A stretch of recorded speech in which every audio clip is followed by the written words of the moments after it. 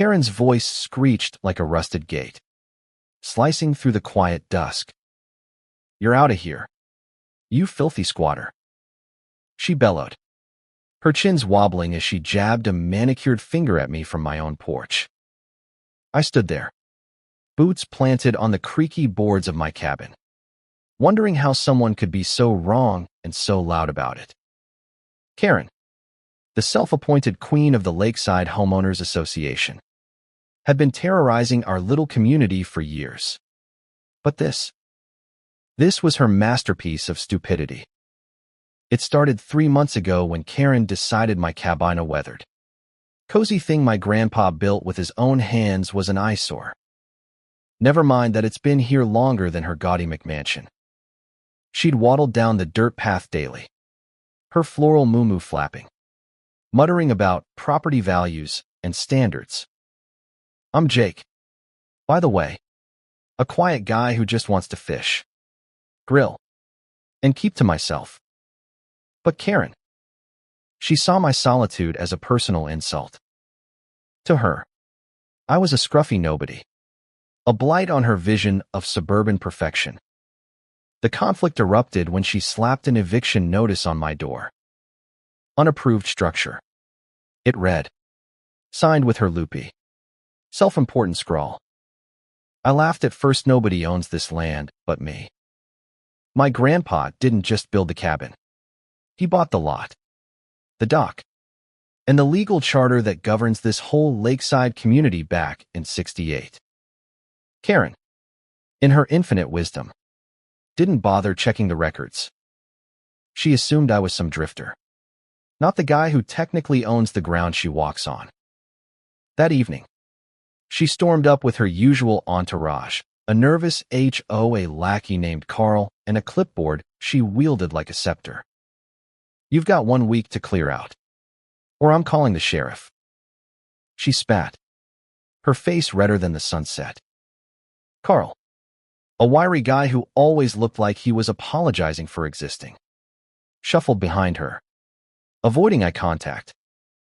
I leaned against the doorframe, sipping my coffee, and said, "Karen, you sure about this? You might want to read the fine print." She scoffed, tossing her hair like a soap opera villain. "Fine print? I am the fine print around here." That's when I knew this wasn't just about my cabin. It was about power. Karen thrived on bullying folks into submission last year. She fined Mrs. Delaney for planting unauthorized roses.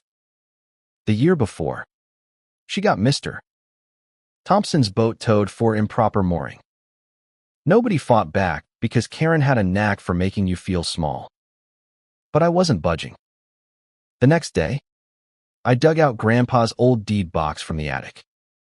The papers were yellowed but clear. My family owned Lot 17, the dock, and the original charter that established the HOA itself. Karen's house, built on a leased parcel, tied to my land's charter.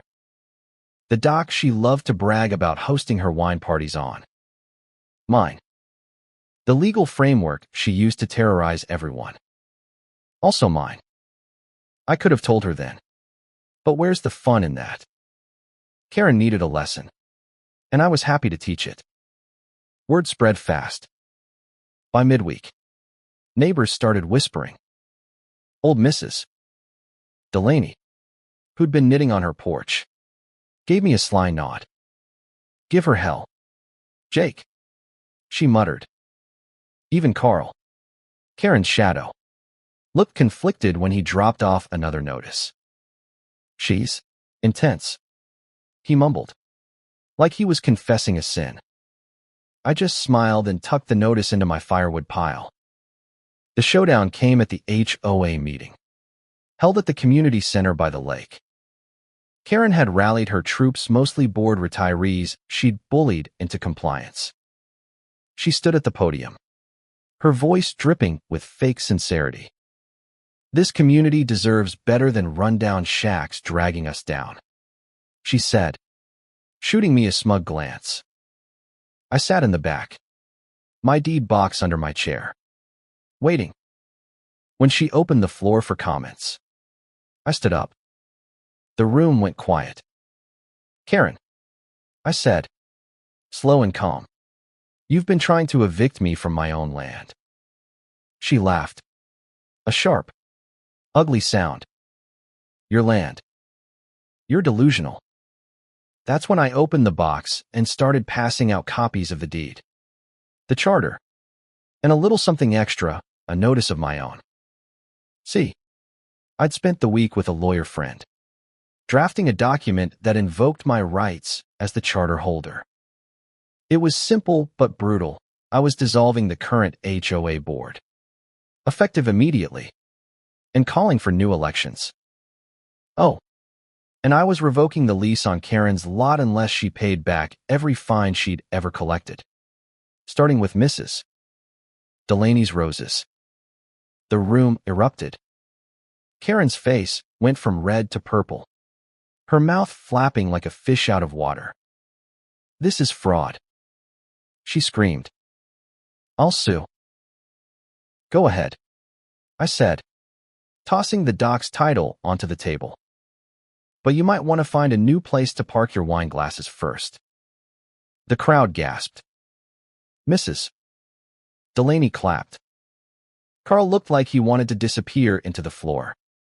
Karen, for once, had no comeback. She just stood there, her empire crumbling under the weight of her own arrogance. The aftermath was chaos. Karen tried to rally her loyalists, but the neighbors were done. They'd put up with her nonsense because they thought she held the keys. Now they knew the truth. I did. By the next week, the HOA board was gone, replaced by folks like Mrs. Delaney, who just wanted to live in peace. Karen's lot lease. I let her keep it, but only after she paid back every cent she'd extorted. She didn't attend the next meeting. Rumor has it she's selling her McMansion and moving to a condo in town.